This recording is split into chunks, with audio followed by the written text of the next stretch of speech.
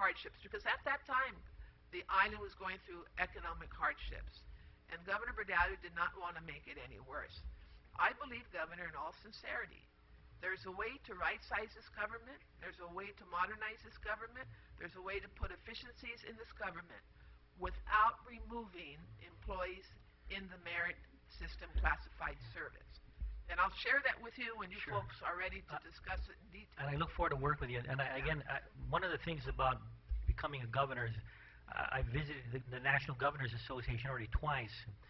And as I sat down and talked to other governors and listened to their issues and some of the tough decisions that they've made, the decisions that we're making here are happening all over the United States. And of course, they did the things. They've closed agencies. Some of them they closed school one day out of the week.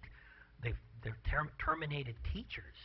They've terminated what I consider critical positions. But as I started listening to those tough decisions, they were talking about deficits that ran about 10 to 15% of their annual general fund revenue. And I just want, for the sake of clarity, understanding that we have this $360 million deficit, and you know what our general fund revenues are. So the percentage of general fund annual revenues, and you compare that to where our current deficit is something that no other state or territory has this weight and this burden, and it's accumulated over years. And so you see where some of these tough decisions, they have to be made, because we are really at a point which is fairly historical, I would assume, and it is in a much more greater magnitude of an issue in terms of financial calamity compared to many of these other states that have had to make some very difficult decisions. Okay. Thank you very much. We do have one more senator that I would like to give an opportunity. Senator Mabini. Thank you, Speaker. And let me just state for the record, I know I was the second person behind Senator B.J. Cruz when we sat down, but so thank you for having me speak. Thank you, Governor, and the panel. As I'm sitting here, I'm thinking eventually 4 months from now will be Christmas, and we're either going to have a big fat Santa Claus gift or not. And the decision rests heavily on all of us, public leaders. And one of the key things that I picked up from the information that was provided from your in the packet was brought about by Barclays Capital, that letter. And it pointed out that one of the impacts on the bond rating had to do with larger fiscal reforms. And right now we have a chart in front of us, and I'd hate to think that this chart becomes a bit of a history when we move forward. I'd like to know what or how can we be reassured that these numbers will be constantly monitored throughout the process, because as you know, we've been talking about, well, let's wait until the first quarter is done for the new fiscal year. We have, as you know, Governor Calvo, when you have a business and you have a budget set up, you're looking at meeting those numbers. So my question deals with how can we work together between the administration and the legislature in creating this living document where we can closely monitor how we're doing, how we are meeting our revenue targets and so forth, so that we're not caught in this situation again. I guess when we have that, and again, we've been in this mode.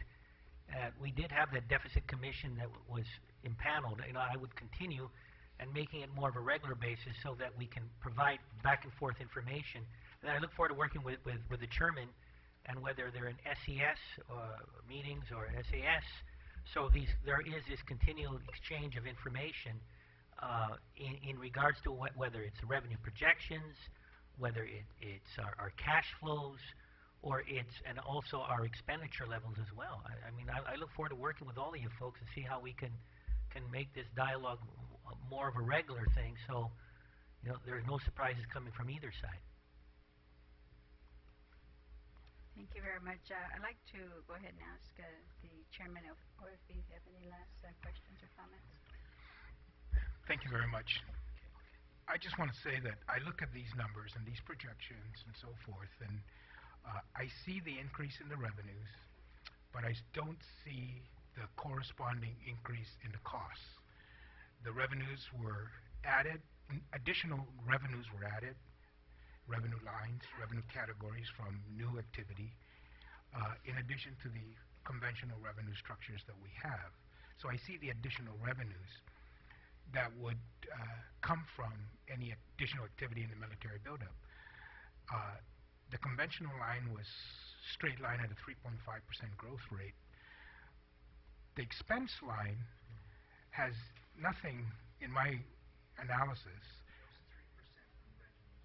Right, 3%. 3%. Okay, Yes, I'm sorry. no. I heard 3.5. Oh, 'Cause the 3%. 3.5 is on the expenditure Right. side, so Yes. it is 0.5% more on the expenditure side. Yes, but when you look at the numbers and you're basing yours even in adjusting the number, Yeah. no, but adjusting them based on the FEIS and adjusting them down to be a little bit more conservative, as you would say. But even if you look at the number identified as the additional cost to support that revenue growth, it's not a 0.5% factor. So I don't see that cost that would support that additional growth in revenue that the government has to bear. So I'm concerned about that. I'm also looking at, I just don't see the plan for what it's going to be going forward, that we would actually pay and remain current going forward. I don't see it in here. It may be, I miss it. It's just, I just don't see it. So I'm not, you know, as I look at it, I see exactly how we're going to float this. I see the pledge of the revenues. I understand all that. I just don't see all of the other